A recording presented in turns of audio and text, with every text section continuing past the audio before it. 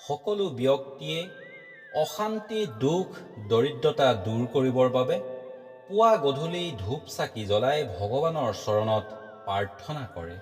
এখন ঘৰৰ পৰা অশান্তি দুখ দৰিদ্ৰতা দূৰ কৰিবৰ বাবে পুৱা গধূলি ধূপ চাকি জ্বলোৱাৰো বহুকেইটা নিয়ম আছে।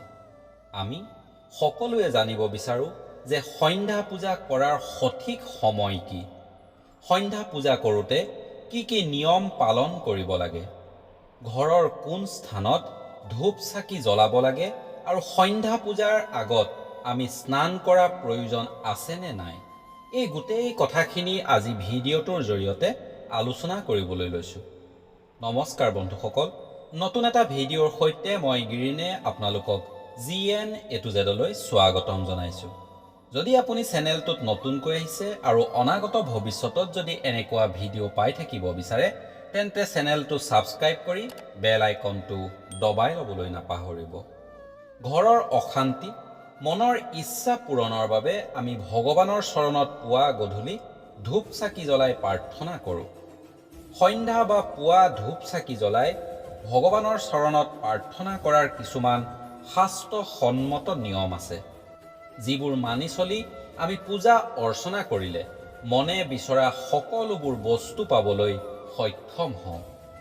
শাস্ত্ৰৰ মতে যেতিয়া আপুনি ভগৱানক প্ৰাৰ্থনা কৰে, পূজা অৰ্চনা কৰে, সেইখিনি সময়ত শৰীৰ আৰু মনৰ পবিত্ৰতা আৰু শুদ্ধতা খুবেই প্ৰয়োজনীয়। শৰীৰ পবিত্ৰতাৰ বাবে পুৱা কৰা প্ৰাৰ্থনাৰ আগত স্নান কৰা একান্ত প্ৰয়োজন। পুৱা গা নোধোৱাকৈ কেতিয়াও প্ৰাৰ্থনা বা পূজা কৰিব নালাগে। প্ৰাৰ্থনা কৰিবৰ বাবে শৰীৰ শুদ্ধি তেতিয়া প্ৰয়োজন যেতিয়া আমি মন্দিৰ বা নামঘৰত গৈ ভগৱানক পূজা বা প্ৰাৰ্থনা কৰোঁ।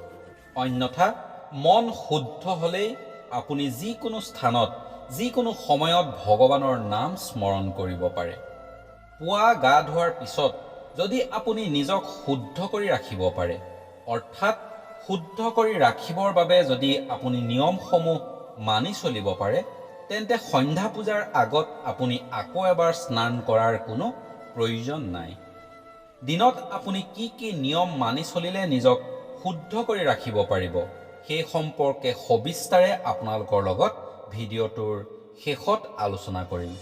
আশা কৰোঁ আপোনালোকে কথাখিনি ভালদৰে জানিবৰ বাবে ভিডিঅ'টোৰ শেষলৈকে চাব, কাৰণ এই কথাসমূহ আমাৰ বাবে খুবেই প্ৰয়োজনীয়। নিয়মসমূহ মানি আপুনি নিজক শুদ্ধ কৰি ৰাখিব পাৰিলে ভৰি হাত ধুই পিন্ধা কাপোৰযোৰ সলায়ো আপুনি সন্ধ্যা পূজা কৰিব পাৰিব। আপুনি যে সন্ধ্যা পূজা কৰিব তাৰ বাবে কিমান সময়ত ধূপ চাকি জ্বলাব লাগে, এই প্ৰশ্নটো আমাৰ সকলোৰে মনত প্ৰায়ে উদয় হয়। অৰ্থাৎ আমি সন্ধ্যা ধূপ চাকি জ্বলোৱাৰ সঠিক সময় জানিব বিচাৰোঁ।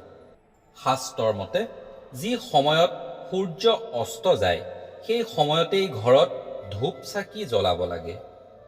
দিন আৰু ৰাতিৰ মাজৰ যিকণ সময়, যাক আমি গধূলি সময় বুলি কওঁ, সেইকণ সময়ত সন্ধ্যা পূজাৰ বাবে উপযুক্ত সময় বুলি শাস্ত্ৰই কৈ থৈ গৈছে।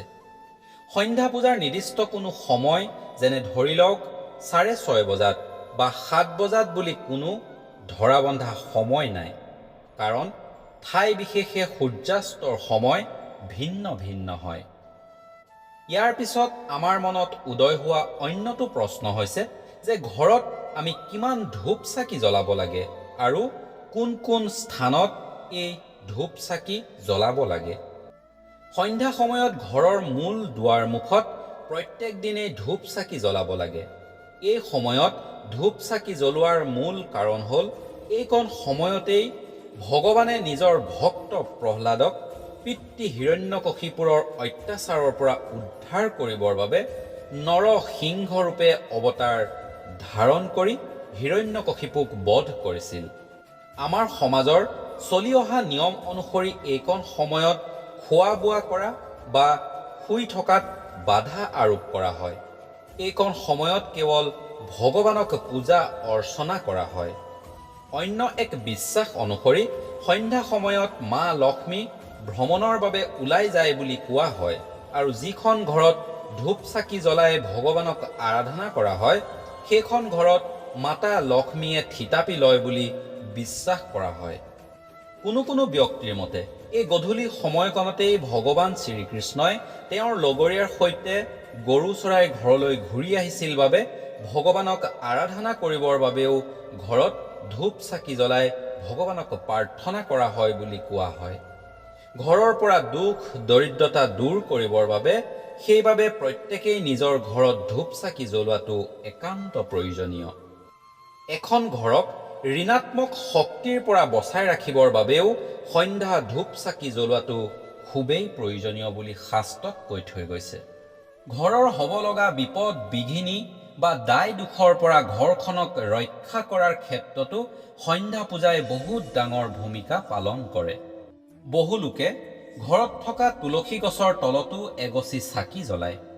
বিশ্বাস অনুসৰি তুলসী তলত দিয়া চাকিৰ পোহৰে এখন ঘৰলৈ দুখ দৰিদ্ৰতা অহাত বাধা প্ৰদান কৰি সেইখন ঘৰলৈ সুখ সমৃদ্ধি ধন সম্পত্তি অহাত সহায় কৰে।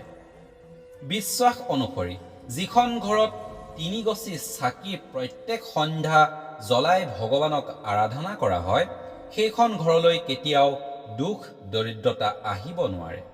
3 গছি চাকিৰ প্ৰথম গছি চাকি আপোনাৰ ঘৰত থকা গোসাঁই ঘৰ বা থাপনাৰ আগত, দ্বিতীয় গছি চাকি মূল দুৱাৰ মুখৰ সন্মুখত আৰু তৃতীয় গছি চাকি তুলসীৰ তলত জ্বলোৱা হয়।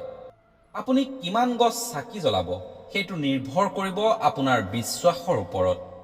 বহু লোকে কেৱল নিজৰ গোসাঁই ঘৰত এগছি চাকি জ্বলাই ভগৱানক পূজা অৰ্চনা কৰে আৰু তেনেদৰে প্ৰত্যেক সন্ধ্যা এগছি চাকিৰেও আপুনি ভগৱানক প্ৰাৰ্থনা কৰিলে ভগৱান আপোনাৰ প্ৰতি সন্তুষ্ট হয়।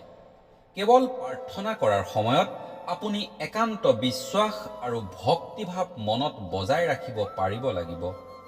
বিশ্বাস অবিহনে ভক্তি একেবাৰে আধৰুৱা। ভগৱানক প্ৰাৰ্থনা কৰাৰ সময়ত আপুনি নিজক ভগৱানৰ চৰণত সমৰ্পণ কৰাটো মূল কথা, কাৰণ সমৰ্পণ অবিহনে আপুনি ভগৱানক পাবলৈ একেবাৰে অসমৰ্থ। এতিয়া আলোচনা কৰোঁ, আপুনি দিনত যদি প্ৰস্ৰাৱ কৰি পানী লৈ 4 বাৰ মুখ কলি কৰে, লেট্ৰিন কৰি যদি আপুনি গা ধুৱে আৰু ৰাতি শোৱা বিচনাত যদি আপুনি দিনত নুশুৱে, তেতিয়া আপুনি নিজক শুদ্ধ কৰি ৰাখিব পাৰে বুলি বিশ্বাস কৰা হয়। আমাৰ সমাজৰ বিশ্বাস অনুসৰি এইসমূহ নিয়ম মানি চলাটো আমাৰ বাবে একান্ত প্ৰয়োজনীয় আৰু ই বিজ্ঞানসন্মতভাৱেও স্বাস্থ্যৰ বাবে যথেষ্ট উপকাৰী। বন্ধুসকল, আপোনালোকে আজিৰ ভিডিঅ'টো শুনি কেনে পালে কমেণ্ট কৰি জনাব বুলি আশা কৰিলোঁ, কাৰণ আপোনালোকৰ এটা কমেণ্টে আমাক নতুন এটা ভিডিঅ' প্ৰস্তুত কৰাত বহুখিনি প্ৰেৰণা আগবঢ়ায় আৰু এটা কমেণ্টৰ জৰিয়তে আমি বুজিব পাৰোঁ যে আপোনালোকলৈ প্ৰস্তুত কৰা ভিডিঅ'টো আপোনালোকৰ বাবে মনোগ্ৰাহী হৈছে নে নাই। অনাগত ভৱিষ্যতত আপুনি কেনেধৰণৰ ভিডিঅ' আমাৰ পৰা পাব বিচাৰে কমেণ্ট কৰি জনালে তেনেধৰণৰ ভিডিঅ' প্ৰস্তুত কৰি আপোনালোকলৈ আগবঢ়াই দিয়াটো আমাৰ যথেষ্টখিনি সুবিধা হয়। অনাগত ভৱিষ্যতত খুব সোনকালে অন্য এটা ভিডিঅ'ৰ সৈতে আপোনালোকক লগ পোৱাৰ আশাৰে ভগৱানে সকলোকে ভাল কাম কৰাৰ সুমতি দিয়াৰ প্ৰাৰ্থনা জনাই আজিলৈ ভিডিঅ'টো ইমানতেই সামৰিছোঁ। জয় শ্ৰীকৃষ্ণ।